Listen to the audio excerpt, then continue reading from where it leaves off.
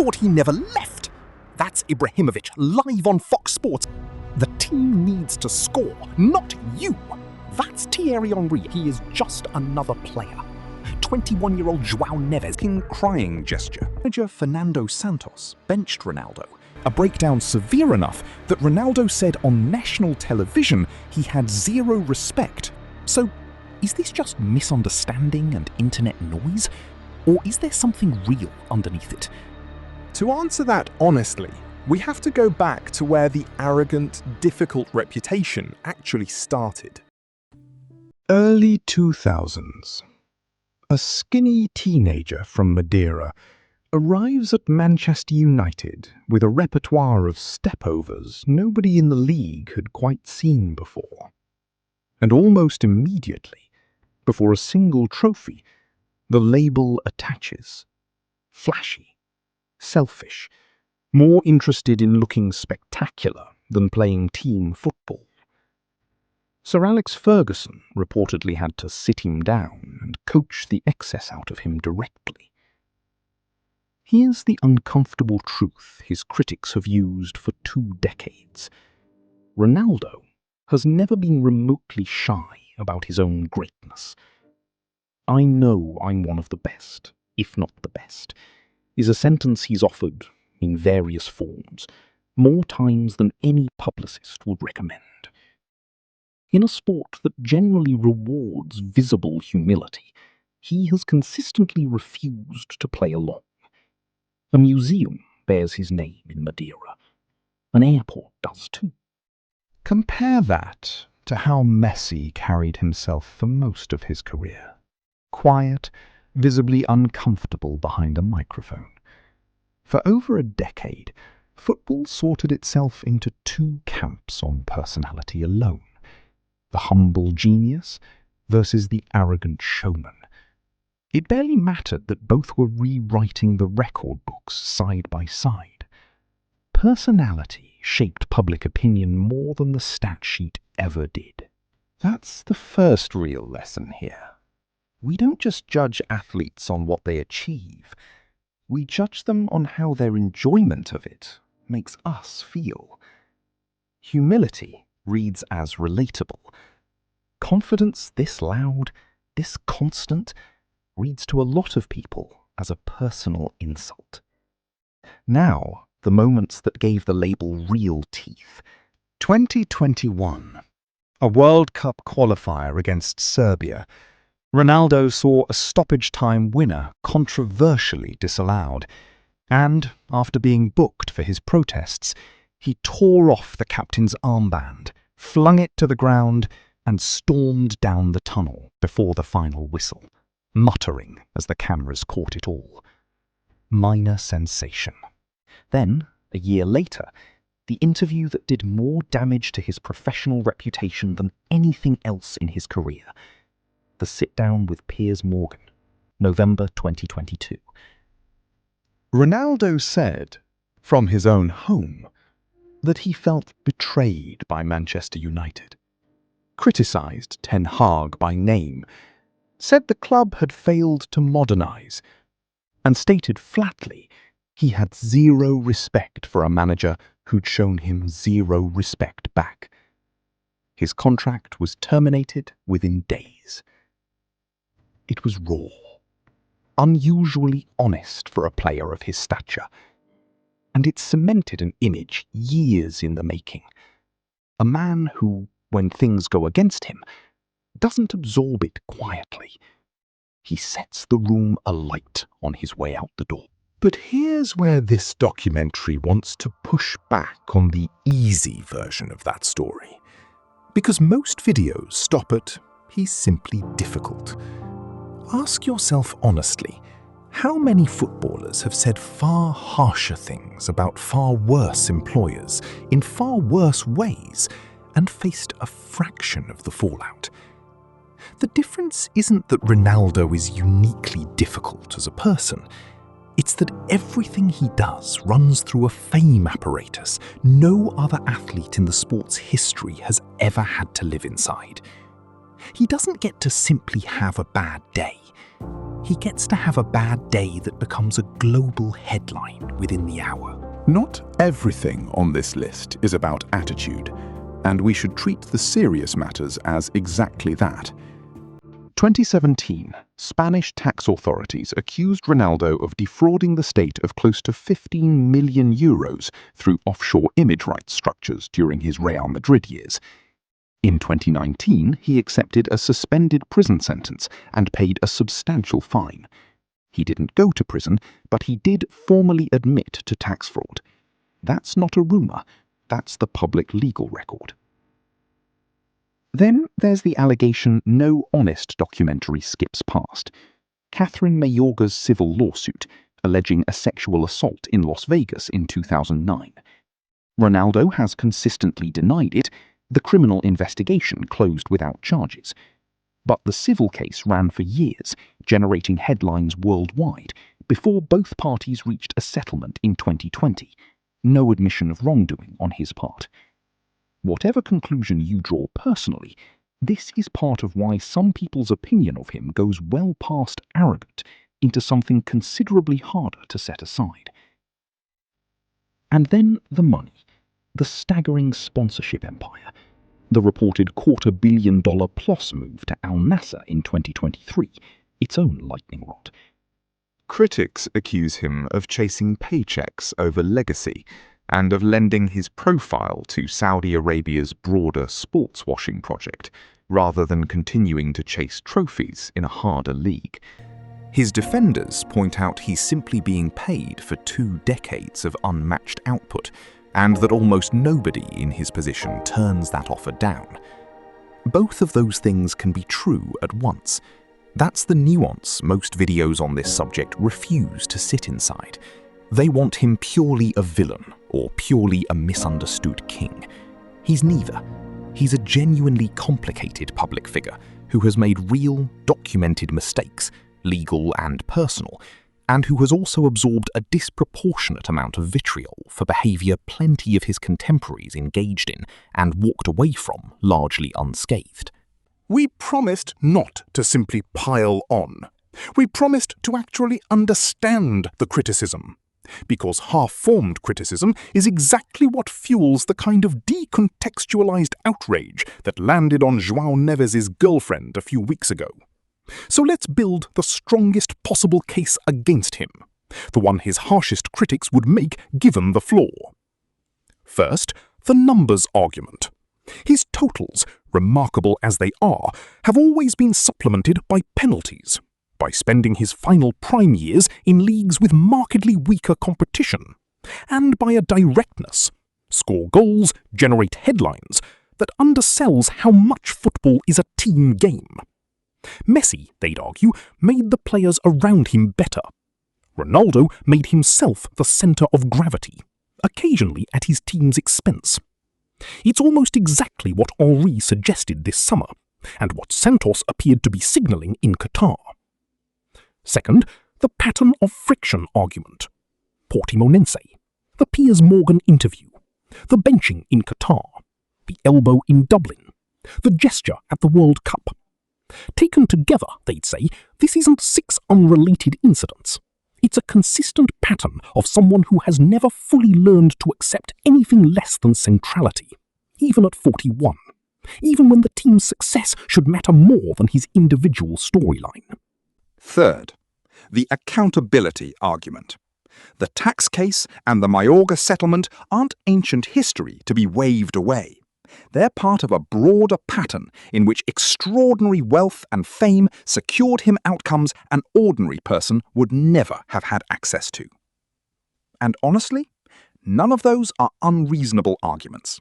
If you arrived at this video already disliking Ronaldo, we've just handed you 3 legitimate reasons to keep disliking him, and we're not going to pretend otherwise. But here's the turn. Even the strongest version of that case runs into the same wall every time. It explains why people, including his own colleagues, grow frustrated with Cristiano Ronaldo. It does not explain why that frustration so often curdles into something closer to hatred. Frustration doesn't send abuse to a 21-year-old's girlfriend. Frustration doesn't manufacture a fake screenshot purely to fuel outrage. Something else is happening, and it's bigger than Ronaldo himself. Here's the angle we haven't seen properly explored elsewhere, and it's the reason this documentary exists. Cristiano Ronaldo is no longer simply a footballer. He's the single most followed human being on the planet. Well over 900 million followers across his platforms, a number larger than the population of most continents. When a person reaches that scale, something strange happens to how the public relates to them. They stop being someone you hold opinions about and start becoming a surface you project onto. Consider what actually happened at that World Cup opener in Dublin's aftermath.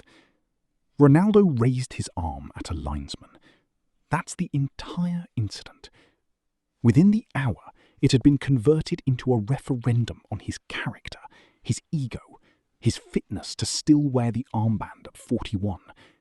Not because the gesture itself proved any of that, but because millions of people were already primed, ready, and waiting to have an existing opinion confirmed.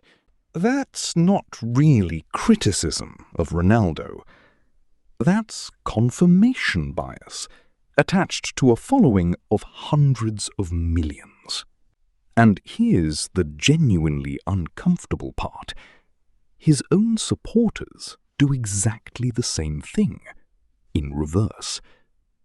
The moment João Neves gave a thoroughly reasonable team-first answer, an army of Ronaldo's admirers didn't hear, "We are a team."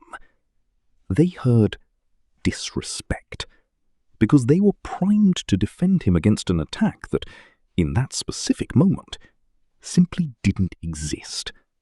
Both sides, those who resent him and those who worship him, are engaged in precisely the same behavior. They're not really reacting to Cristiano Ronaldo. They're reacting to the idea of Cristiano Ronaldo. They'd already formed long before he did anything at all. That, I'd argue, is what makes him the single best case study in modern sport for how fame at this magnitude actually functions. He's no longer merely an athlete. He's a mirror. Those who believe athletes should be humble see arrogance in almost everything he does.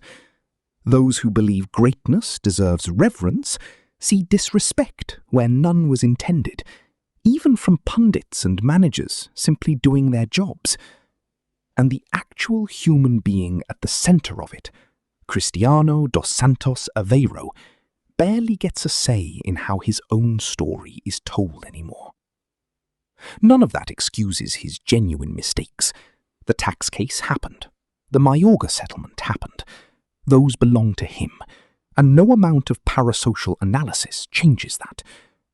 But the sheer scale of the hostility, the disproportion between what he's actually done and how much of the world seems to despise him for it, that's not really about him.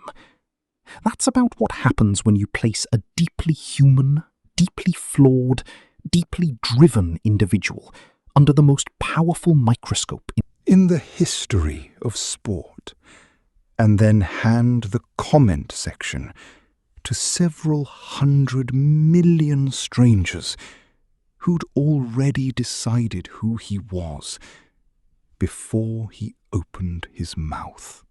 So, with all of that said, why do hundreds of millions of people still show up for him? Why, after every controversy, every clash with a manager, every headline, does the loyalty barely shift? The honest answer is simpler than most of this documentary has been. The work has never stopped chasing. At 41, in a sport where most players retire by their mid-30s, Ronaldo is still starting for a World Cup squad, still scoring at a rate that would define most careers on its own. His training regimen, the obsession with recovery, sleep, diet, isn't a publicity talking point. It's well documented and frankly remarkable. he spent 2 decades outworking players a decade or more his junior. There's also a version of Ronaldo that rarely makes the highlight reels, quietly funding children's hospitals, reportedly covering medical costs for strangers with no press release attached, donating largely undisclosed sums to causes with no cameras present. He gets none of the coverage for that, which he gets for an armband incident, because outrage simply travels faster than generosity ever will. And there's the legacy that remains undeniable, whichever side of this argument you fall on. He dragged a golden generation of Portuguese football to their first ever major trophy in 2016, playing only 25 minutes of the final before going off injured. And rather than simply sitting and watching, he spent the rest of the match on the touchline in a coaching role, shouting instructions, refusing to disengage. That is not the behaviour of a man who cares only for himself. So when his supporters defend him, sometimes, as we've seen, in ways that genuinely cross a line, like what happened to João Neves' girlfriend, what they're actually defending is 2 decades of receipts. 2 decades of a man who, whatever his flaws, has never once stopped chasing the outer limit of what his body and his career could achieve. Let's return to where we began. Zlatan mocking a 2-word celebration on live television. Thierry Henry gently suggesting his own team might be better without him. Fernando Santos benching him at a World Cup and never fully walking it back. An offside gesture months after a red card in Dublin that had nothing to do with it, both compressed by the internet into one continuous meltdown. Here's what this documentary believes to be true. Cristiano Ronaldo is not the most hated athlete on earth because he's uniquely worse than his peers. He's the most hated because he's the most watched.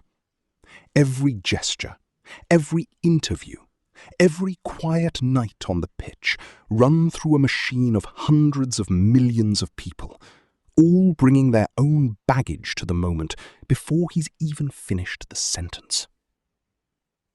He has made real mistakes. The tax case is real.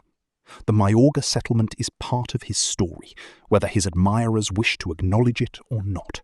The ego, the flashpoints with managers, the apparent inability to let a quiet performance simply be a quiet performance.